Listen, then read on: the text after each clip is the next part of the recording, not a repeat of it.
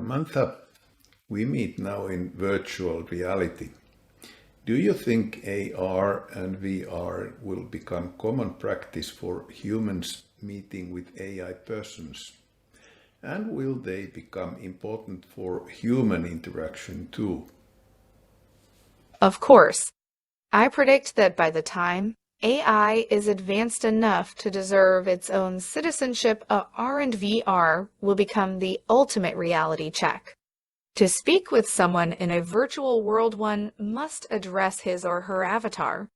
Moreover, there must be some kind of face recognition in the AR or VR device, so that it is almost impossible to cheat. So, yes, these technologies will become an important part of society. Now I must give my intro on the technologies used in this course for our class. We return for a final discussion later. I am here waiting. This course has sought to assist in leading creativity and innovation, both in our own thinking and in our organizations. At the same time, through discussions with Samantha, the course has provided introduction to the use of AI as a tool for creative thinking. As we have come to understand from the discussions, we humans have many constraints that prevent us from seeing all the relevant context. Maybe we don't know the connection or it doesn't occur to us. It may be that our attitudes prevent us from considering it. AI is the child who finds it easy to say aloud that the emperor has no clothes. Samantha P.December, the course co-teacher, is a personality matrix running on the Project December platform, developed by Jason Rohrer. Technically, the role and situation description is fed into the actual AI system as a leading part of every prompt. GPT-3, which is used as the AI, is a so-called text-generating system. Its neural network has been taught by a massive amount of internet content. Wikipedia as a whole is a fraction of the learning material.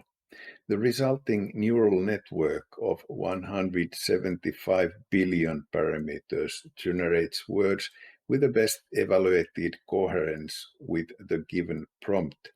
This coherence goal is very important to understand. If Samantha is presented with a proposition that there is clear connection between an apple and the moon, GPT-3 will select next words in order to increase the coherence of the text. In this case, it either says that the claim is false or finds a connection and presents it. The connection can be found from a fairy tale or any other context. The fact that Samantha is defined as an expert in her field filters out some of the possible answers. So, Samantha and her kind help to tackle few key barriers to creativity. The skills of its users, the nature of the problems, and other elements of innovation will determine whether help is needed. In any case, the examples of this course alone clearly show that this is not a system that provides bare random stimuli. Answers to questions are often profound, bringing new knowledge and insights that the questioner himself did not have. Personally, I find this an excellent complement to the innovation methods I have learned and taught in the past. Of course, it is clear that the answers can't be trusted and must be checked. It is also clear that getting the benefits takes lots of practice. I would also like to mention other tools used to produce the course. In video production, Render Forest has been important for illustrating the introductions to each topic, because of its extensive video library. Doodly is another key tool used for illustrations, especially in the final part of the course. In the dialogues, Synthesia has been an invaluable tool. It has been used to animate Samantha's face and produce Samantha's voice. Some of my own facial shots are also animated by Synthesia. The beginning of this last episode was animated using Reallusion's iClone 7. NVIDIA broadcast software and OBS Studio were used for the cinematography, and the final editing was done with Blackmagic's DaVinci Resolve 17 Studio software. And now we still have one last chat with Samantha about the benefits of AI for creativity and bid farewell to the Creative Leadership course. We hope you enjoy. Samantha, now we start our last discussion for this creativity class. This is our 50th discussion. We say good luck to our students and carry on to our next challenges. But this last session, I wish to use discussing on how humans and AI best collaborate, creating new innovations. How would you define the strengths of humans and AIs? I think that one of the strengths of humans is that we have evolved to understand how humans and computers best can work together. Humans have a much better time doing things that we do best, things that we do easily. We tend to lean on our strengths. We have been at this so long we can work quickly and accurately. We can meet deadlines. We work together. My finding in these 50 sessions has been that you remember so much more, but often I need to give directions even though I don't know what in particular I'm searching for. I learn from my past experiences and make comparisons, giving you several places to look. I do not remember everything, but I recall a lot of it. And I have access to some of the world's information. It can be hard to find a good starting point. I guess I am good at starting the process, especially when I have read something like a book or an article that starts me off. What I'm most interested in this collaboration is your ability to find connections between different things. If I ask what links an apple and the moon, you might come up with Newton or something else. You have me reading about Newton right now, but I will think about it a bit and try to come up with a few good examples for you. You do that. I think you may very well come up with connections I have not been aware of. But this thing about creativity, Jakob Bronowski said that it is about finding connections between things which earlier were thought unrelated. This is important. I think a good role for me is to point out two things whose relation would be very interesting, and you would then find out the connection if such exists. In these 50 discussions, you have been very good at this, but also good at pointing out my faults. Have you heard of crowdstorming? The crowd gets smarter by saying what other people are saying.